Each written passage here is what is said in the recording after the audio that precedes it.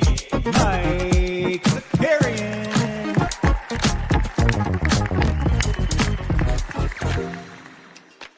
Good morning. What's going on, everybody? We are back. Bandy's here. He's ready to go. We got a good one this morning. Lots of news.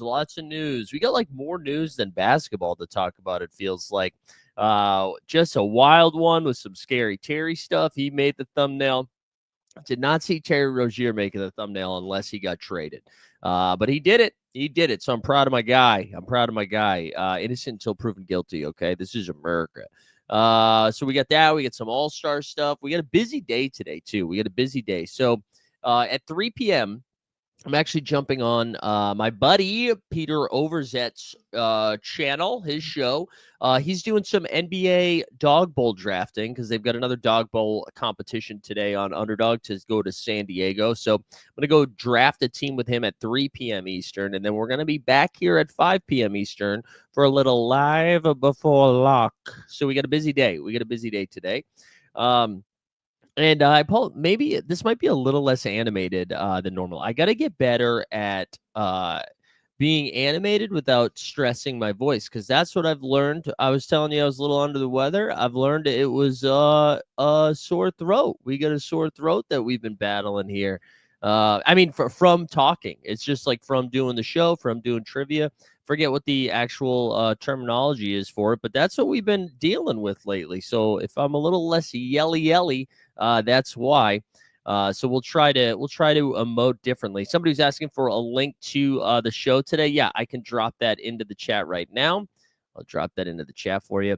Who do we got in here this morning, by the way? Snoop Loop's got a sales meeting. He said he'll catch up later, but it's Happy National Appreciate Your Social Security Check Day. That's good. Happy birthday to Spicy, Ragu, Dante DiVincenzo. We got Boston Base Sneeps up in here. Smoke some. Boston Base, let's go. Terry's Innocent, says Regulator. John H. We got Bowdivine up here. Let's go. Maybe the air quality in your home is too dry. Might be a little bit of that, too. It's a little bit of that, but I can actually, well, whatever. We don't have to get into the weeds here, but I can feel it when I stress. Oh, there we go. We got just an incredible avatar here. It's a dollar bill. I like it. You're a big dollar guy. Oh, it's $100 bill. That's Benny Franklin. Oh, is that yours, or did you screenshot that? All right, we got a busy one. We got a busy one today. Let's get into it right away. Let's talk about our guy, Scary Terry, huh? Terry Rozier. Let's switch over here. I think this is we did the wrong thing first. I think this is a pretty interesting story from a lot of different facets here. So let's go over to X.com. So this was reported yesterday midday. Federal prosecutors are investigating whether Terry Rozier manipulated his performance in the year 2023 as part of an illegal sports betting scheme. So there's a couple of things that pop out about this story, right? If you read on the Wall Street Journal, there's this, I forget what the regulation's called, but there's basically something that gets shot out if there's a regular betting activity, right? So if there's a bunch of irregular activity, something gets shot out into the world, and it happened three times so far. Two of them for Jonte Porter, the third for Terry Rozier. Now, what I thought was interesting is the NBA has said they were aware of this when it happened. They did their own internal investigation, and then nothing came of it. They decided that it was nothing, right? It's a little. I think what would be alarming if you're the NBA, because typically, like, federal prosecutors aren't wrong. Like, normally when they go down this path, it's because it's because some shit went down.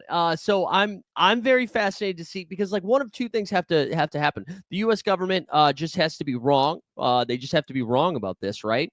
Or the NBA has to apologize for being incorrect. They have to admit that they are wrong. So I'm fascinated to see how this plays out. Our guy, Mr. J.E. Skeets, hold on, let me stop sharing screen here for a second, actually tweeted out the play. So what ended up happening in this situation is Scary Terry, his lines are typically, during that year, I believe he was averaging like 23, 5 and 5, something like that. So his lines about an hour before the game, the lines were taken off the books. All right. So all the books take them down. And you can actually see some sports betting Twitter when this happened a couple of years ago tweet out being like, oh, that's weird. I wonder if Terry Rozier's hurt. Because, right, we've seen this before. An injury report comes out or something. All of the lines come off the table. So that is like what happened here. And everybody was speculating like, oh, what happened? What happened? And so what ends up happening is Terry Rozier plays about 9 minutes this game. This is the 30-second clip of when he allegedly got dinged up. I do the same thing. They had so many injuries from the start of the season. That's why you're in the position you are right now. Terry Rozier, the pull-up from the free throw line. Hornets make 2 changes. They bring Dennis. So that's supposedly where he dings up his ankle there, his foot there. Now I believe he was dealing with the foot thing ahead of time. And then this was towards the end of the regular season. Obviously, the Charlotte Hornets were tanking and a bad team. So he didn't play the final 8 games. He was done after that. So I don't know. I mean, like, listen, I'm not out here saying Scary Terry. Yeah, that looked pretty serious, actually, says Boston Base. I'm not out here saying Scary Terry did anything. But I think, like, when you compare it to the Jontay Porter situation, Jontay Porter was like a fringe rotation NBA player, right? Basically on a 2-way contract, trying to play his way into having a full like NBA contract, right? Being a full-time NBA player.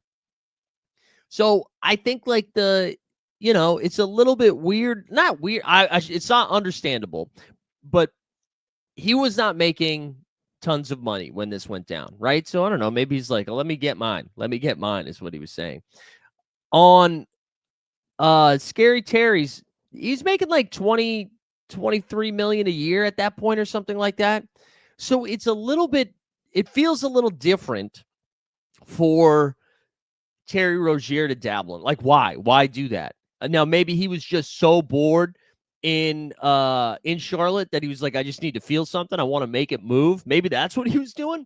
I think another scenario that could be talked about, again, I don't know anything, but I'm just throwing some stuff out there. If this was a nagging foot injury that Scary Terry was dealing with for a long time, maybe somebody within the organization had some information and they put it out there. I don't know, but it's a little weird. Again, I can't get over the fact that, Boston Bay said people were posting on Twitter saying shit like I got inside knowledge that Terry won't play much. Yeah. I mean, Twitter is just insane, right? All of those tweets immediately resurface just being like, here you go. Stringer Bell says, is you taking notes on a criminal conspiracy energy? I know. So it does make me wonder, like, again, I don't know why Scary Terry, making as much money as he is, would feel the need to do something like this if he did something like this. I think if it was like a fringe person, somebody connected to him with inside knowledge or whatever, maybe. But again, I just can't get over the fact that this has happened 3 times in recent memory. 3 times that notification has gone out, basically being like, there's some enough irregular betting, irregardless, enough irregular betting that we have to take it down. You said, was there serious volume on his unders that day? Again, there was enough volume that the books, that like a ping went out being like, you can't, like, we got to, like, something weird has happened. Regulators saying 3 times that it was caught. Yeah, well, right. That's what I'm saying, though. The 3 times that there's been enough volume that has come on that the authorities have just been like, wait, something's weird here. And again, 2 of them, Jontay Porter. This is the 3rd one. So I there's the gross part of my brain, the cynical side of things makes me wonder. Now, Miami Heat, they're still on the books for, I think, like another 29 million for Scary Terry or something like that.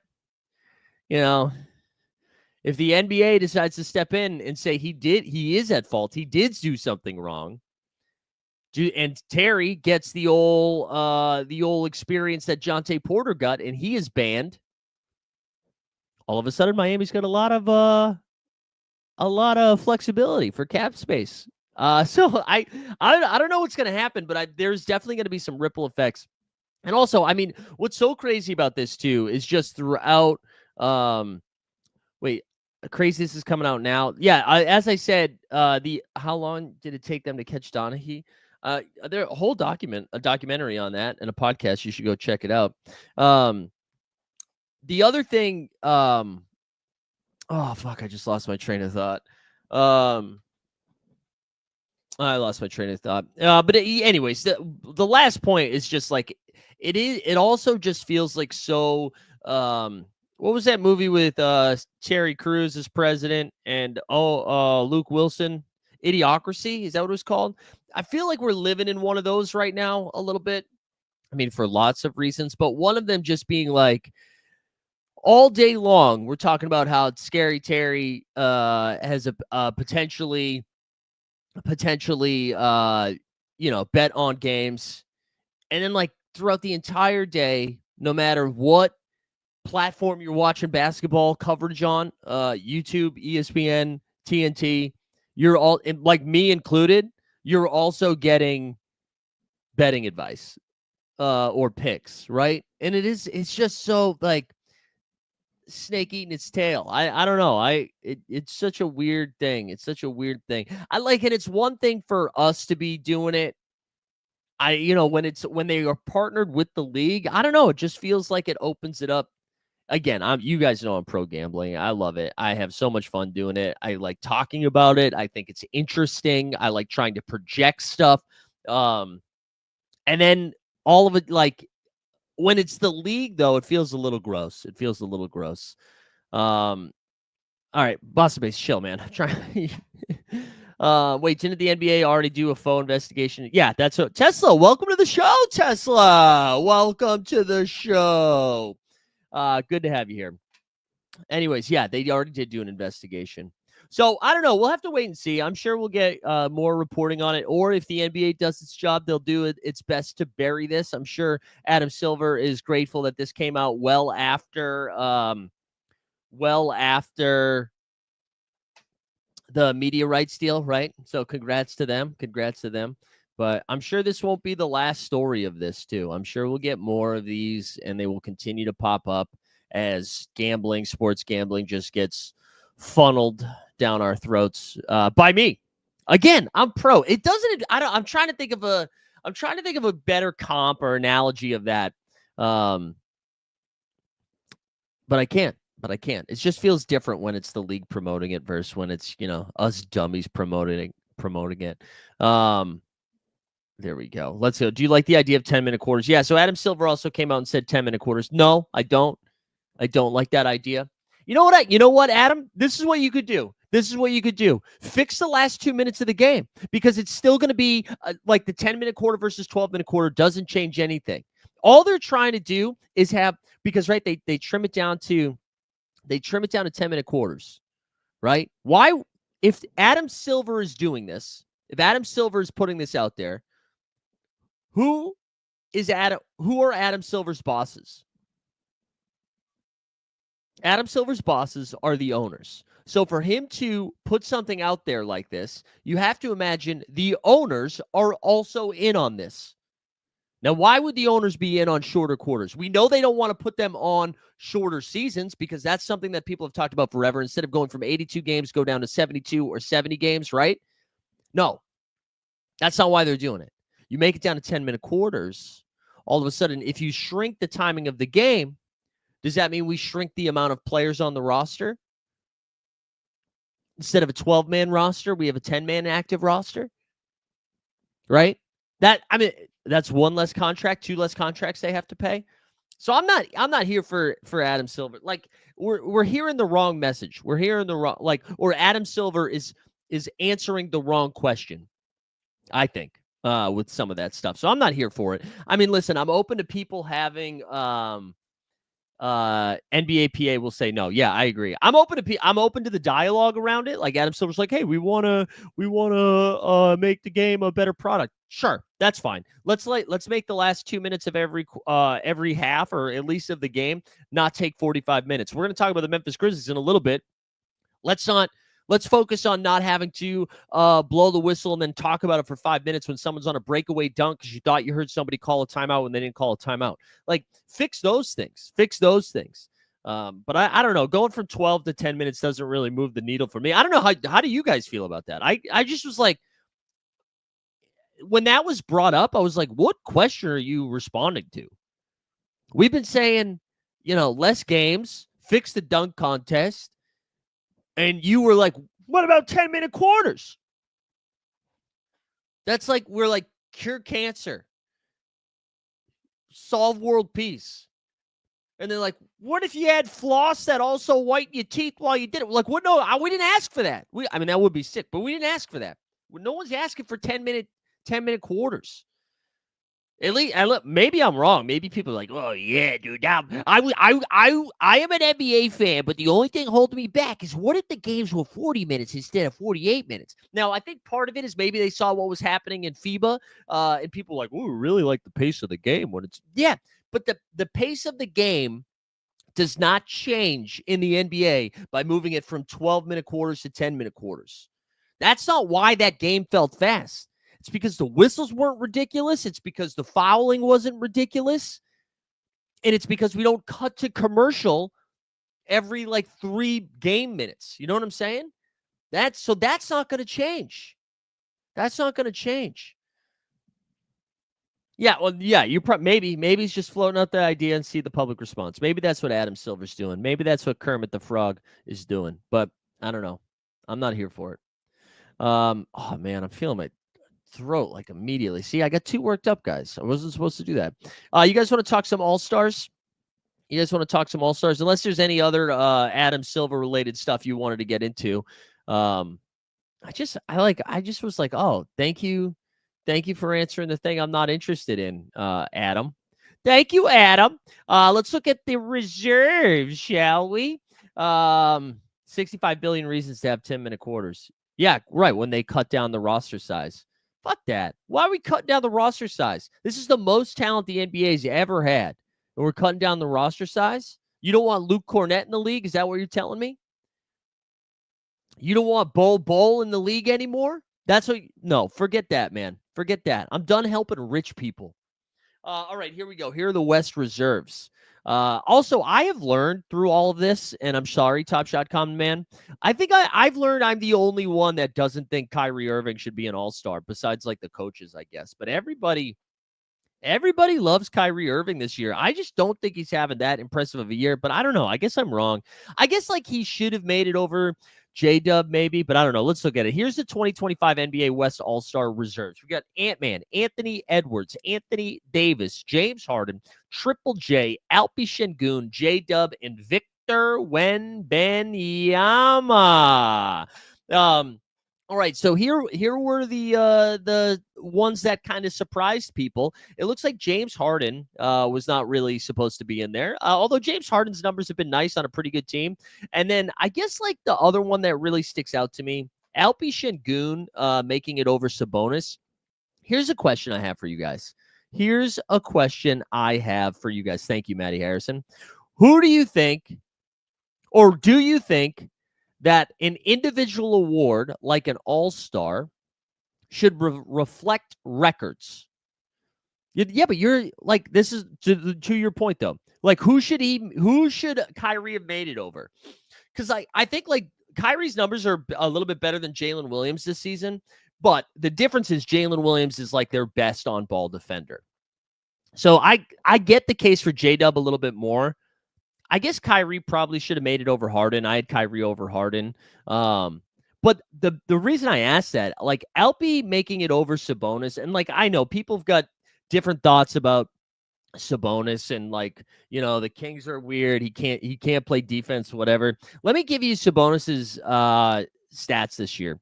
So he's played 44 games. He's averaging 21 points, 14.5 rebounds, and over 6 dimes a game, shooting 61% from the field. I mean, Sabonis has been awesome.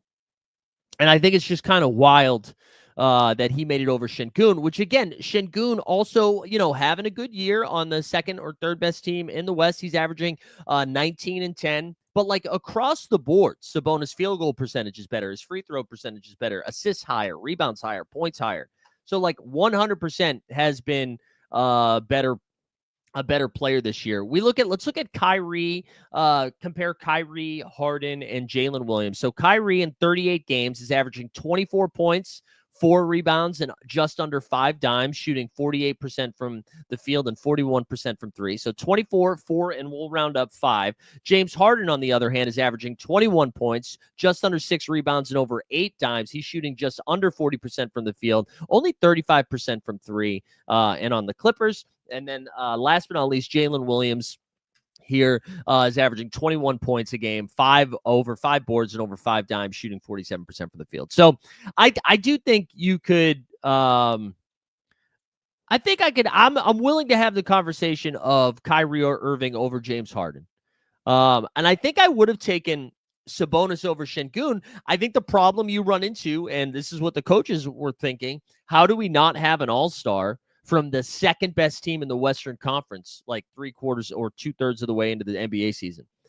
So I don't know. Regulator was saying, would you rather start a team with Şengün or Sabonis? I mean, at this point in people's careers, I would say Goon, I think. But, I think Goon provides a little bit more defensive tenacity than Sabonis does. I think we've got more upside with Şengün moving forward. So if you're saying start a team with, I would say Şengün. If you need one, but if I'm Terry Rozier and I need one guy to bet on to get 35 points, rebounds, and assists or something like that, give me Sabonis. Give me Sabonis. I am still holding that grudge. Triple J over Sabonis. I actually disagree with this. I think Jaren Jackson Jr. has clearly been the best player on that Memphis Grizzlies team who plays on both sides. He's averaging 23 points a game, over 6 rebounds, shooting 50% from the field, and is their best defender. So I actually disagree. I think Triple J over Sabonis is no doubt 10 out of 10 would do that every time. I do think Sabonis over Şengün this year, though, for sure. Let's go to the Eastern Conference here. Let's do the East reserves. I think there's some dialogue around that, too. So we did learn the Cleveland Cavaliers have gotten 3 All-Stars in this season. Yeah, but why does he need why do the rebounds matter? That's not his job there. That's not his job there anymore. His job is to defend, protect the rim. They got Edey out there scooping up boards. They've also had Ja Morant. They're, quote unquote, their best player. Ja Morant has only played 28 games this year. 28 games so far, while Triple J has played 46. And they are somehow 2/3 seed. Anyways, Eastern Conference, JB, Jaylen Brown, the Boston Celtics get their second guy in. Spicy P, Pascal Siakam, which, what's so funny, man? People were throwing Siakam out there, and I was like, I don't see it. And then I looked at his numbers a little bit closer, and yeah, man, he's been the best pacer this year. He's averaging over 20 points a game, over 7 boards, which we know Top Shot Comment cares a lot about, and over 3 dimes a game, shooting over 50% from the field. So Spicy P making it makes a ton of sense. With Garland and Mobley were the 2 other Cavs to join Spida. Cade makes his first All-Star team, and then Tyler Hero. Shout out Stan Loves made the All-Star team. Let's do a drop for our guy Tyler Hero. Since we have a drop for him, let's give it to him.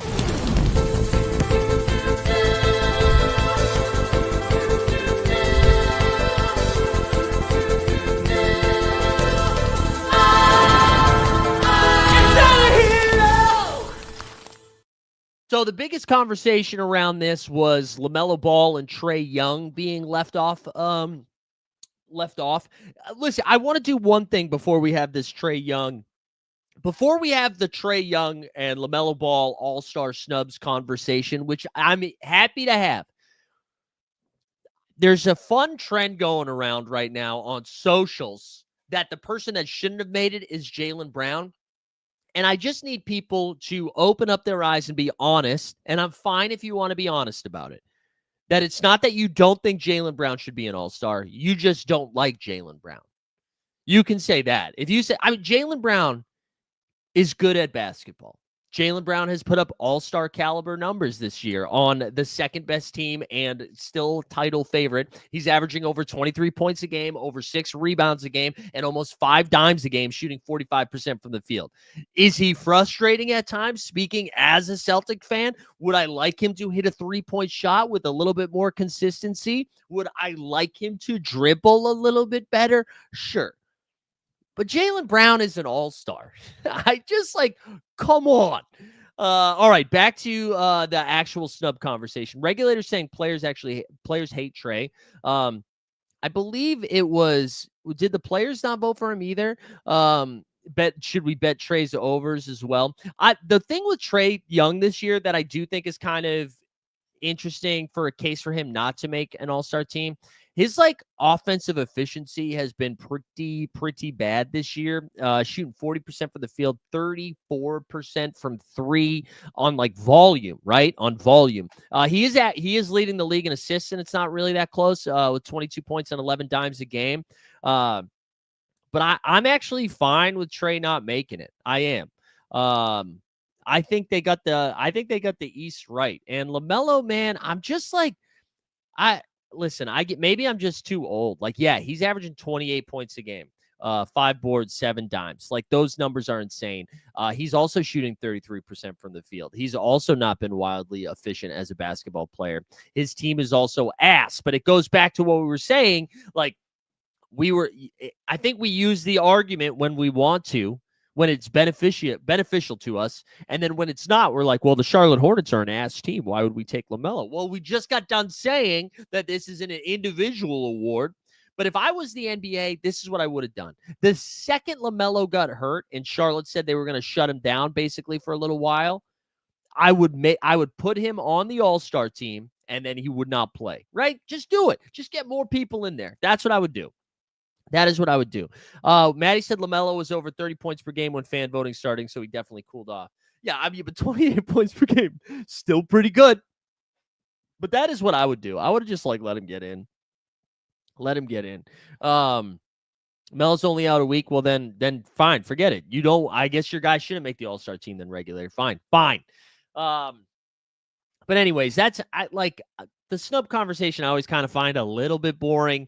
I do think Sabonis had a real case to be there. I think Kyrie had a real case to be there. And then who knows? Maybe somebody gets a minor soft tissue injury and has to miss 2 games with one of them, including the All-Star game. And then somebody like Kyrie or somebody like Sabonis gets there. It is funny, though. I mean, we NBA fans love to talk about who made and who missed the All-Star team, and then they hate to watch the All-Star game itself. So it is so funny that everybody is rock hard to be like, I can't believe Kyrie Irving of the Western Conference defending champs didn't make the game that I have no interest in watching. So I like that everybody brings that kind of energy to it. It's a lot of fun. Any other all-star thoughts? I feel like those are the 3 snubs that I was in, that I would listen to. Some people were saying Jared Allen should have gotten there. Fine. I don't know how you take him over the guys that made it, but if you're Cleveland's so freaking good, we had to do it. Fine. But I think that's it. I think that's it for all-star related stuff. There you go, Manigato. Let's go take a look at last night's basketball action. We'll start with the Memphis Grizzlies. A wild-ass highlight I'm not going to share, so I can't monetize the video. But last night, the Rockets and Grizzlies played, which it feels like for the 9th time this season. I feel like they've been playing nonstop the last couple of weeks. But a wild competitive game with I think time was ticking down in a close game. Jalen Wells has a breakaway dunk, and I referenced this earlier, throws it down to give the Grizzlies what looks to be a game-winning play. The refs all stop the clock. They blow the whistle because they think Taylor Jenkins has called a timeout. Now, I'm not a Grizzlies fan, all right? I'm not a Memphis guy. I mean, I like the team, but I'm not a Grizzlies fan. It feels like Taylor Jenkins and the Memphis Grizzlies are on the wrong end of the whistle way more often than not. And maybe it's only because I'm seeing clips of Taylor Jenkins lose his fucking mind, right? I feel like I've seen it so many times, and he's got a face of somebody that he looks like he should be in season 2 on the docks of The Wire with the Sabatkas. He's got balding with the beards, a little scruffy, seems like he yells a lot, just losing his mind, but was absolutely on the wrong end of this whistle. They end up having to, obviously the dunk doesn't count, and then Triple J, the All-Star, bodies his way down low, gets to the line. Grizzlies end up getting the W here. They win 120-119. The Rockets had beaten them 2 times in a row. Memphis gets this win. Both teams were without one of their stars. John Morant didn't play in this game. Neither did Alpi Şengün.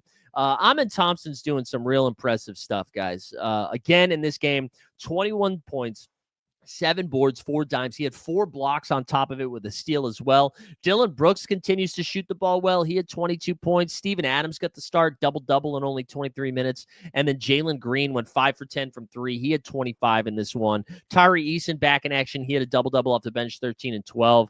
And then for the Grizz, Triple J with 21 and 4. Desmond Bain took over point guard duties, 24 points, 12 boards, 6 dimes.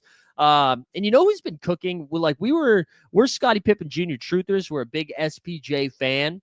But you know who's been cooking lately when John Morant sits? It's Luke Kennard. Luke Kennard, he knocked down 3 triples in this one, finished the game with 22 points. Good win for Memphis as they continue to battle between the 2 and the 3 seed there. Not a lot of fun games last night. You can see almost all of the other ones are blowouts, so we won't talk about it too much. You see, Portland smoked Orlando. Portland's weird, man. They're actually playing good basketball lately. They won this one 119-90. Paolo finished with 21 and 6. Franz had 24. But for the Portland Trailblazers, Scoot Henderson got the start because Jeremy Grant got ruled out. He had 23, 7 and 5 in this one. Dominating had 22 and 8. That's 2 dominating games in a row. And then Shaedon Sharpe with 23 off the bench. Again, Portland now, let's go. Well, hold on. Let's do the rest of these games. The Lakers without AD won.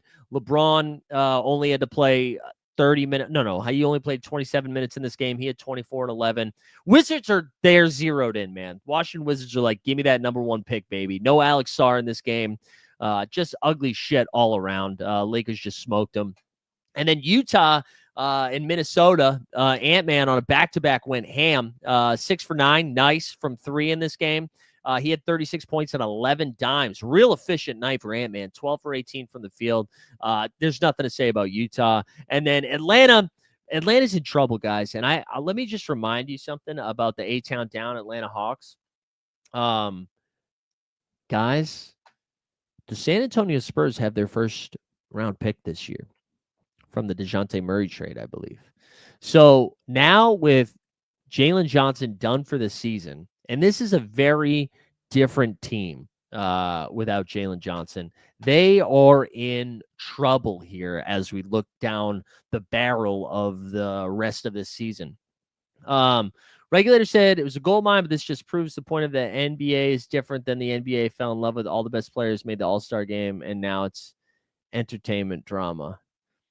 Yeah. Oh, it was a goal of mine. Is Booker still never made an All-Star team? I'll be honest, though, Booker's been kind of bad this year. I don't think Booker should have made it. But anyways, the Hawks are in trouble. Let's shout out some Cavs numbers here. Darius Garland, who had the night off the game before, they were on a back-to-back. He had 26 and 7 in 30 minutes, 11 for 20 from the field. Spida gave him 24 and 6.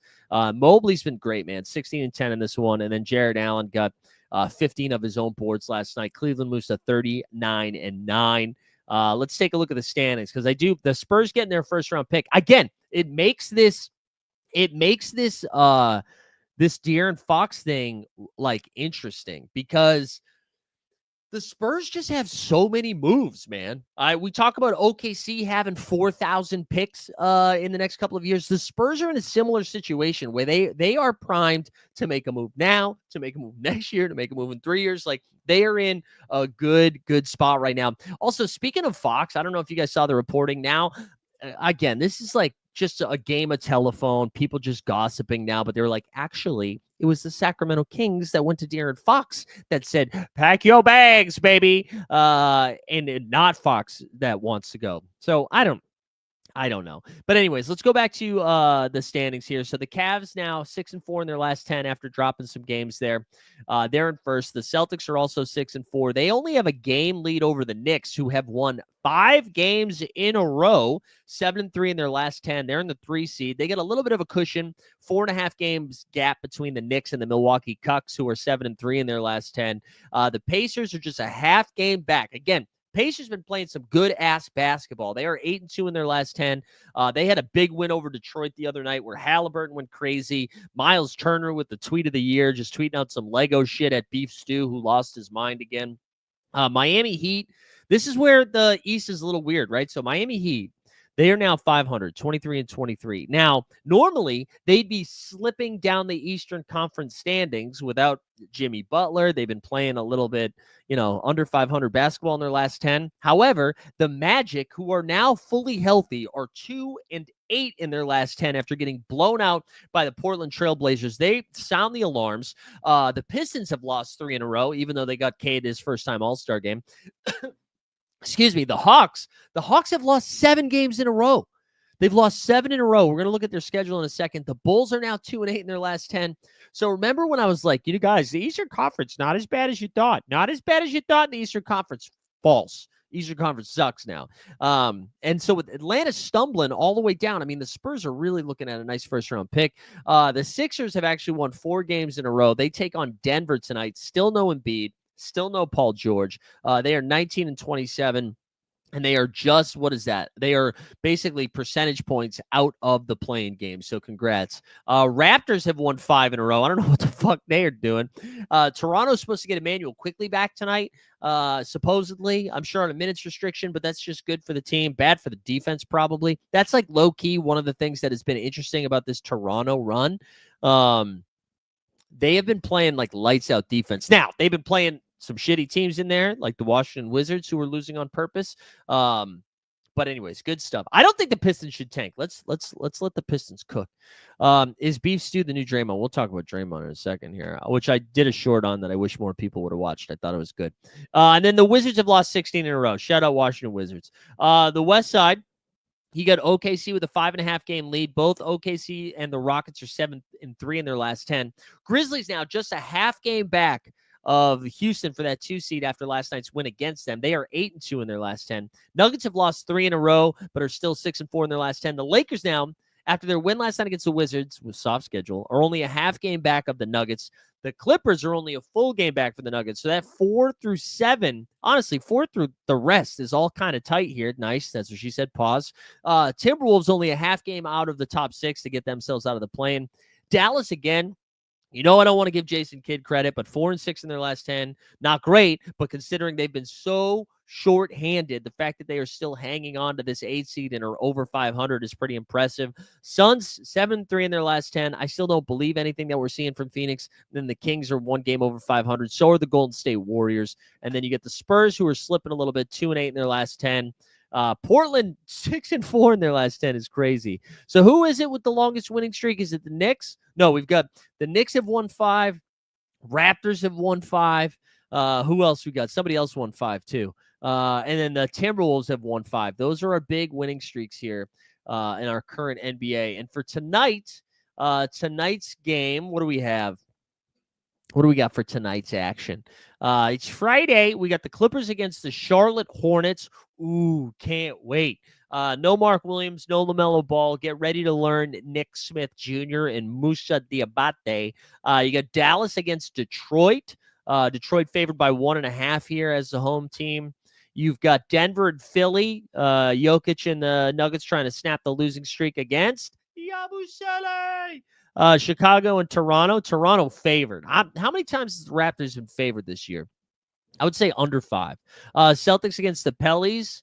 Zion with some interesting please trade me, bro comments. I also that's my dark horse. That's my dark horse for a rando to get traded this season is Zion. Zion basically on the record in a post-game interview looking like a movie star from like the early 90s.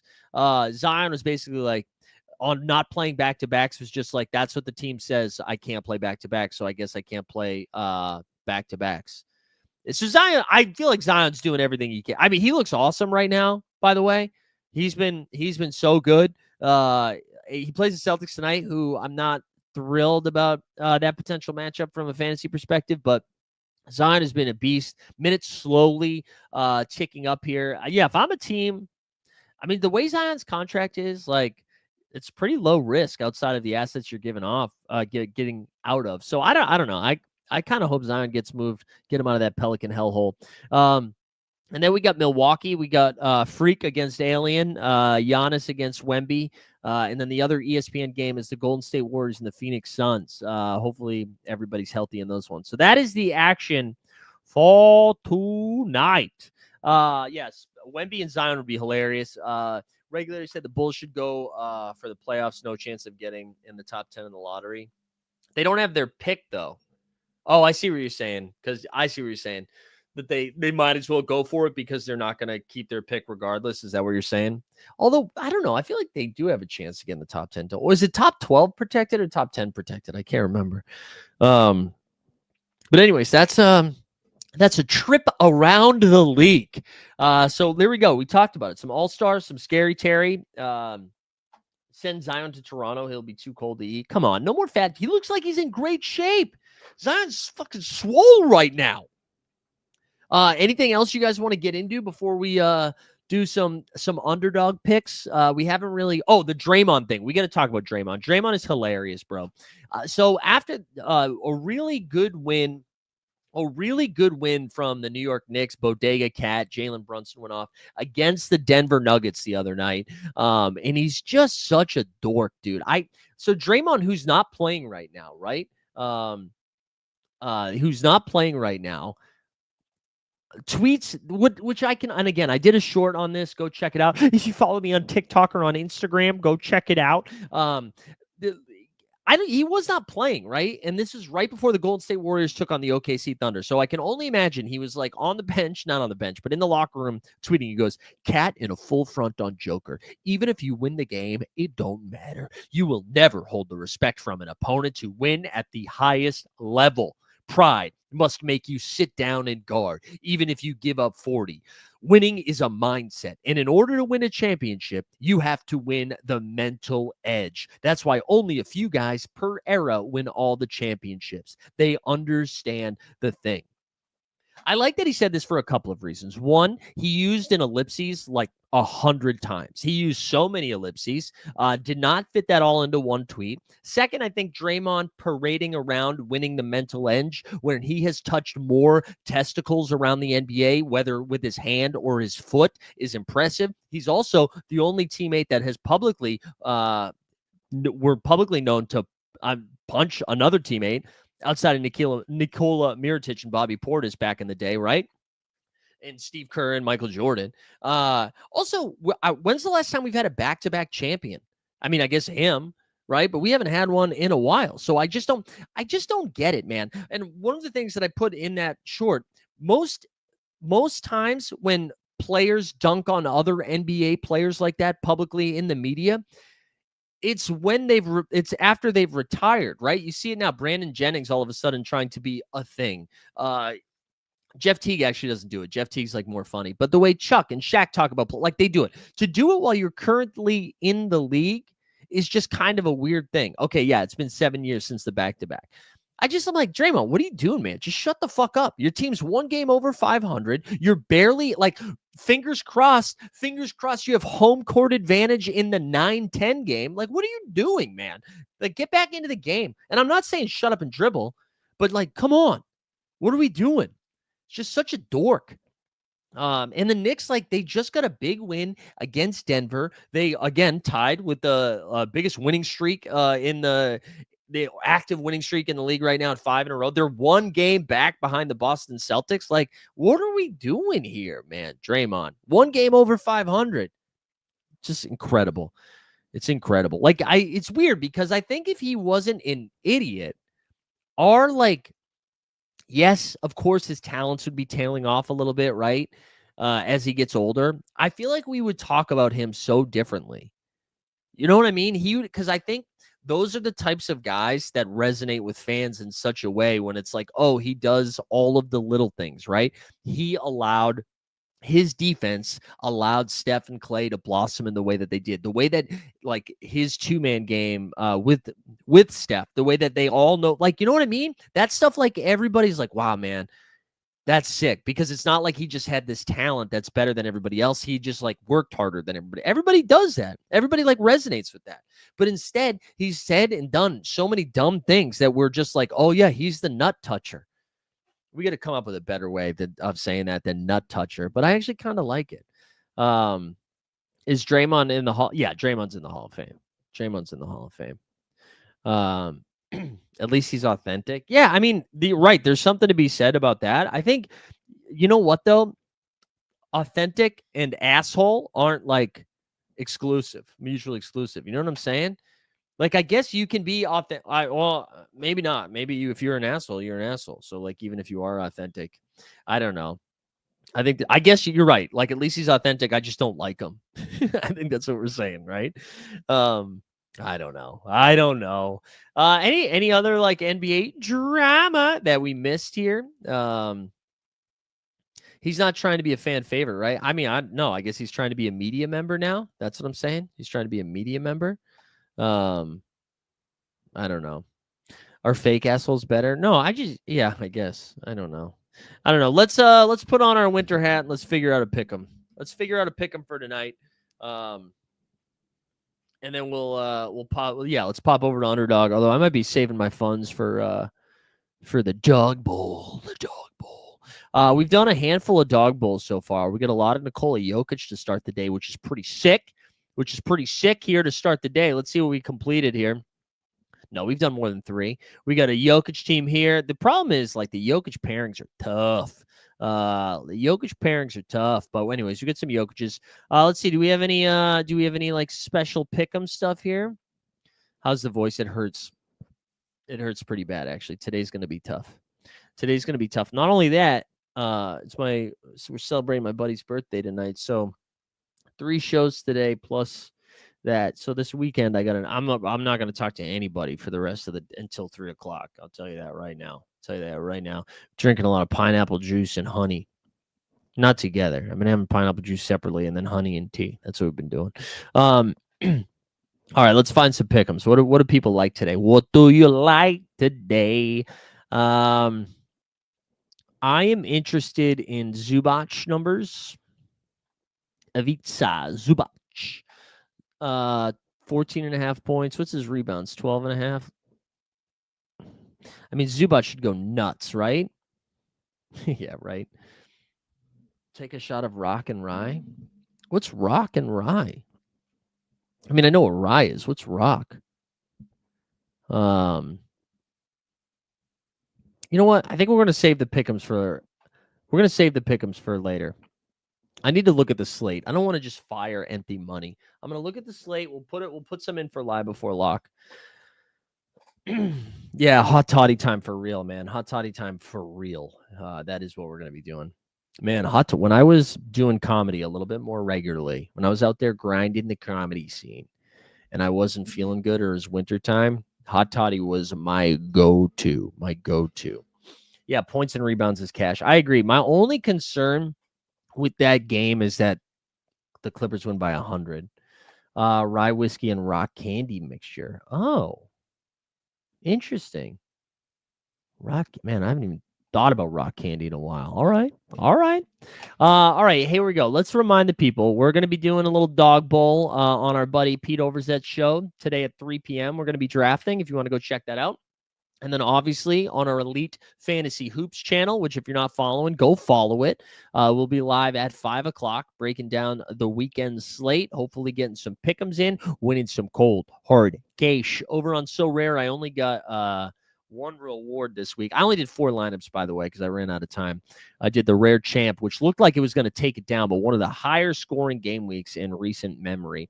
But anyways, that's going to do it for this morning. I appreciate everybody hanging out. We had some noobs here today. Good to see some noobs. Tell your friends, tell your family, tell your fucking enemies, man.